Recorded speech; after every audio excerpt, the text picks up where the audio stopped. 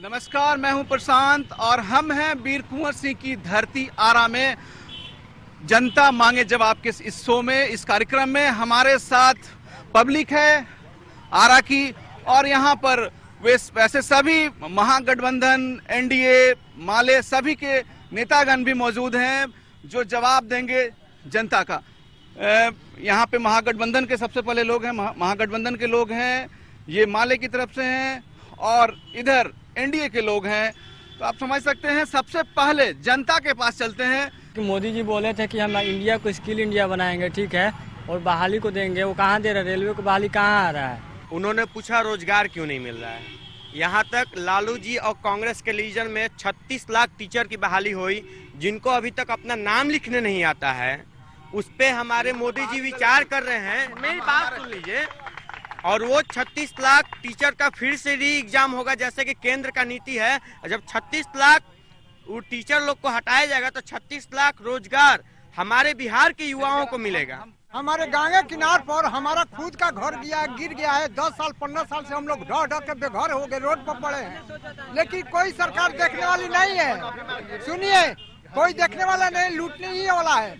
अभी इलेक्शन आने वाला है, सभी लूट रहा है। आखिर क्यों एक आम आदमी ये सोचने को विवश है कि गंगा किनारे उनका घर है, बाढ़ आएगा तो बहेगा, गिरेगा ही। भारत सरकार ने केंद्रीय योजना के तहत आपदा के नाम पे जो सरकार को मदद करना चाहिए, बिहार सरकार को मदद करना चाहिए, वो मदद नहीं कर रही है। केंद्र सरकार से आपदा प्रबंधन के लिए और जो दियारा क्षेत्र है, गंगा का कटाव वाला क्षेत्र, करोड़ों रुपया आवंटित किया है, लेकिन तत्कालीन सरकार की उदासीनता के कारण वह काम खटाई में पड़ा हुआ है। इसमें स्थानीय सरकार का दोष है ना कि केंद्र सरकार का? अभी तो साल भर भी नहीं हुआ मोदी सरकार का, जो भी है हो रहा है धीरे धीरे। लेकिन आज महागठबंधन है, कांग्रेस तो आज महागठबंधन में मिल गई है।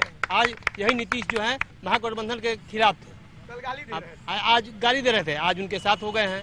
कि शायद उन्हें नहीं मालूम है कि वही रामविलास पासवान ने कहा वाजपेयी जी जैसे नेताओं को कि इनके साथ रहना जो है वो रहना पाप है, और उसके बाद वाजपेयी की सरकार को गिराया।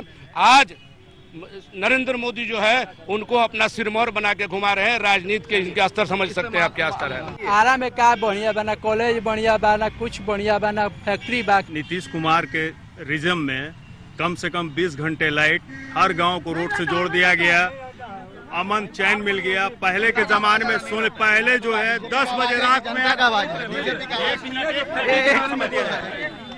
10 बजे रात बाद में स्टेशन उतरता था, अपने घर को जाने के लिए 50 बार सोचता था। आज के डेट में 2 बजे रात में उतरिए, आप आराम से घर जाते हैं। अमन चैन दिया उसने, बिजली दिया। लालू से मिले हुए हैं, लालू के रीजन में कोई घर से बाहर नहीं निकलता था। फिर लालू आ जाएंगे तो क्या होगा, उनसे पूछा जाए, उनसे पूछा जाए। बात आज की हो रही है, वर्तमान की है, बात वर्तमान की मैं कर रहा हूँ। यादव ने गरीबों को आवाज दिया। आप मानते हैं कि लालू यादव के समय लोग नहीं निकलते थे घरों से? लालू यादव के समय जो नहीं निकलते थे कि करते थे, लेकिन लालू यादव ने एक काम किया, दलित महादलित दबे कुचले लोगों को कम से कम एक मुख्य धारा में लाने का उन्होंने कोशिश किया। लालू यादव के रीजन में जनसंहार हुआ और नीतीश के रीजन में न्याय का संहार हुआ। तमाम जनसंहारी को बातें बताने में रिहाई हुआ, और अभी माले नेता सतीश यादव की हत्या हुआ है। इनके रीजन में अपराध का ग्राफ बढ़ा है। लालू जब मुख्यमंत्री थे, उन्हीं के टाइम में ये माले वाला जो घटना हुआ था, तो उस घटना के दौरान कितने दलित हो या बड़ कैटेगरी के लोग हो या जो भी है, उनका घर द्वार छूट गया आज की डेट में। और फिर आप इस तरह के सांप्रदायिक भाषण देते हैं कि ये जो चुनाव हो रहा है, ये जो युद्ध हो रहा है, ये बैकवर्ड और फॉरवर्ड की है। जो भाजपा के राष्ट्रीय अध्यक्ष हैं और आते हैं और बिहार में जातीय उन्माद फैलाते हैं और जाति की बात करते हैं। सबसे पहले जाति की बात उन्होंने ही शुरू की, और वही बोले कि हम हरियाणा से यादव लाए हैं, और इनके प्रधानमंत्री नरेंद्र मोदी जो हैं वो बोले हैं कि हम मथुरा से यहाँ आए हैं। तो इस तरह का जातीय भावना को भड़काने का काम तो भाजपा और एनडीए का लोगों ने किया। इसका जरा जवाब एक बार ले लेते हैं, आप हमसे ले लीजिए। वही बार बथानी टोला नरसंहार हुआ तो सरकार किसकी थी बिहार में? हाल में कुछ दिन पहले या सहार तरफ नरसंहार हुआ, मर्डर हुआ, उस समय सरकार किसकी थी बिहार में? ये अमित शाह पे आरोप करते हैं। गुजरात दंगा तो इन लोग को दिख रहा है। जम्मू कश्मीर में क्या हुआ, पंडितों को भगाया गया, उस पर कोई नहीं बोलेगा। असम में क्या हुआ, उस समय असम में किसकी सरकार थी? जब जम्मू कश्मीर में दंगा हुआ कांग्रेस की सरकार थी, बिहार में दंगा हुआ जदयू की और आरजेडी की महागठबंधन की सरकार थी। ये लोग तो पहले बताएं, सबसे बड़े सांप्रदायिक तो यही लोग हैं। बीजेपी वालों से जानना चाहते हैं क्या यहाँ 4 बार विधायक रहे हैं अमरेंद्र बाबू, क्या किए हैं जनता को सामाजिक न्याय?